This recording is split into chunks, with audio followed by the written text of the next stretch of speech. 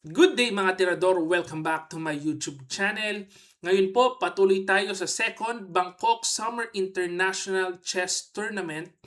And nung nakaraan po, si GM Daniel Quezon ang nag-champion sa standard event. So itong tournament pala na ito, marami pong events. Merong rapid event, merong blitz event, merong team event. And dito sa rapid event, meron namang isang Pinoy ang nagpakitang gilas, ayan po ay si Jerish Velarde.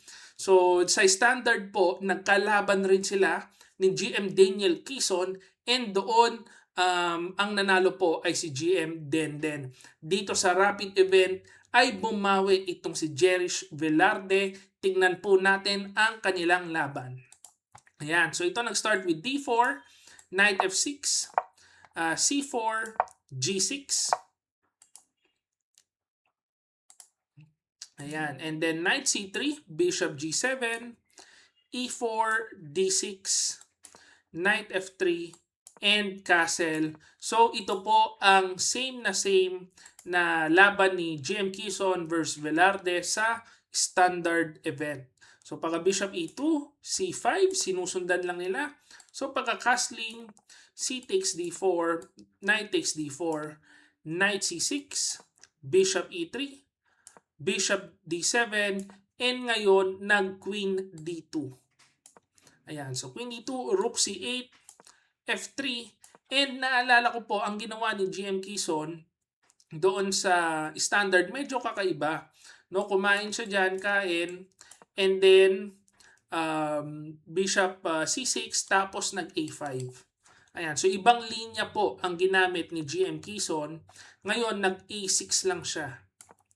Ayan, so nag-A6, and nag-develop lang si Velarde, nag-Rook AC1, Rook E8, Rook FD1, and Queen A5. So ito, ibang setup naman ang ginawa ni Quezon.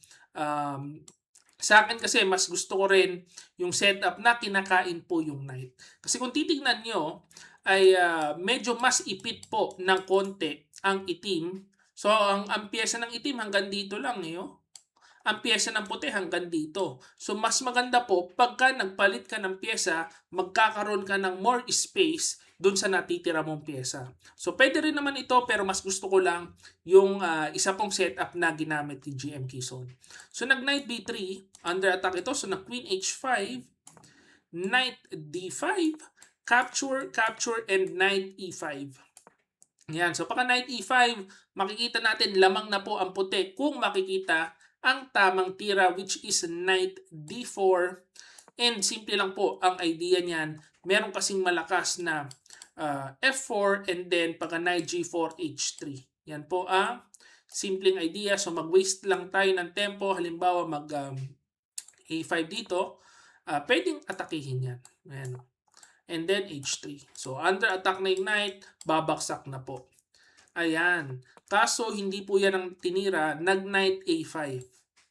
So syempre naman, kung ikaw ay tao, matatakam ka po. Under attack yung B7 pawn at yan po, napakahirap ng depensa. Halimbawa, mag-rook B8 ka dyan. Pwedeng ano lang yan, pasukin lang po yan with the rook C7 and makakapasok na po yung mga rook ng puti and yung pyesa ng puti. Ayan. So, ang idea po ni GM Quezon dyan is Bishop B5.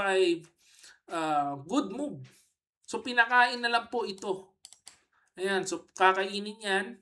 Pagkakain, ito ang maganda. F5. Diretso po sa counter attack si GM Quezon. Kaso, kinain lang yan. And then, Queen takes F5. Although napakaliit po ng lamang, actually equal lang po based sa ating engine.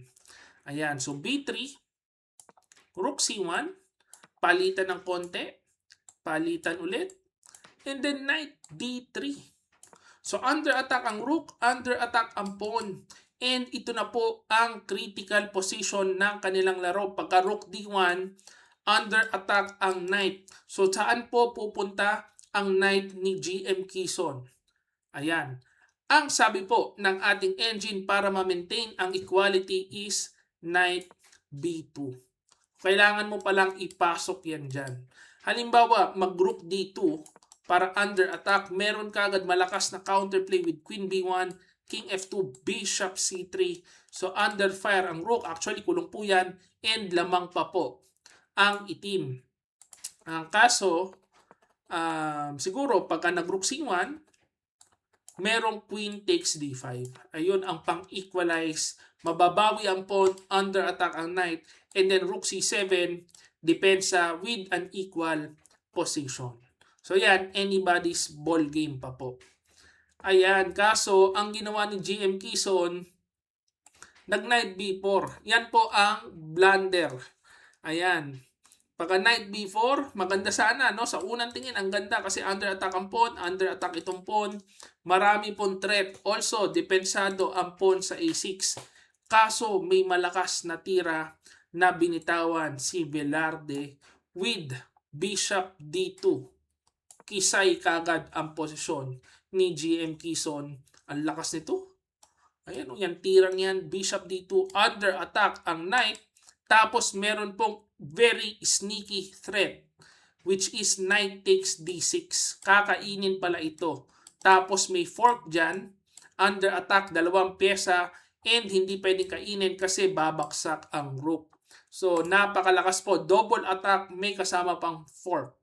So dito nag-queen C2 si GM Quezon para makaiwas dun sa fork. Pero ganun pa rin, under attack pa rin itong knight, tapos kakainin pa rin yan. Hindi nga fork, bitin pa rin naman ang rook. So nag-rook C1, queen B2, and then knight takes D6. So na-combo na po. Simula nung nag-knight B4, yung tirang blunder ang sakit.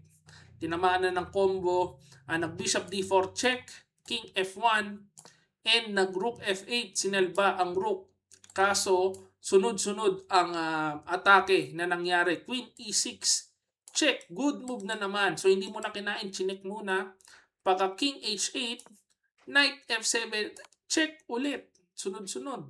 So, pagka King G8, take note, pagka kumain, of course, kakainin lang po yan with the idea of Queen F8, checkmate. Pag nag King G7 naman, ganun rin. Merong Bishop H6, check. Pagka ganon, Knight G5, sunod-sunod na po ang attacking mangyayari.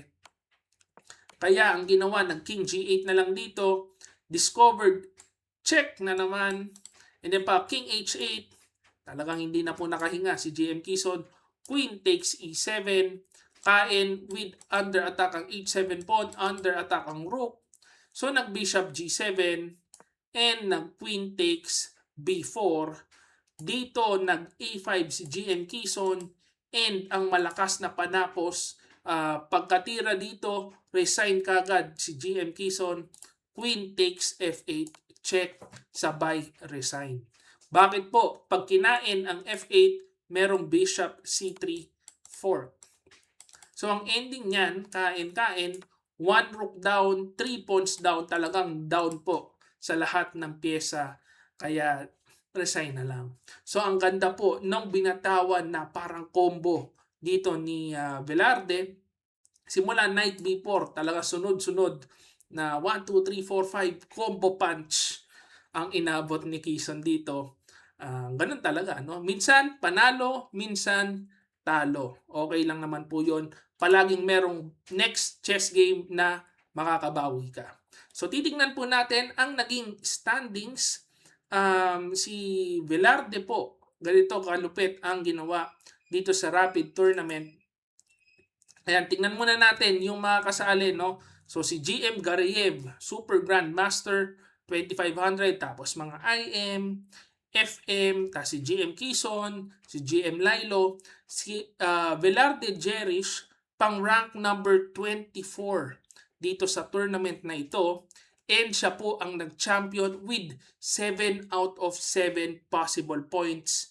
Ayan, ipakita natin yung kanyang ginawang napakalupit na performance. 7 out of 7. Binugbog po lahat ng kasali. So, merong Malaysian, inubos niya. Thailander, Germany, ubos din.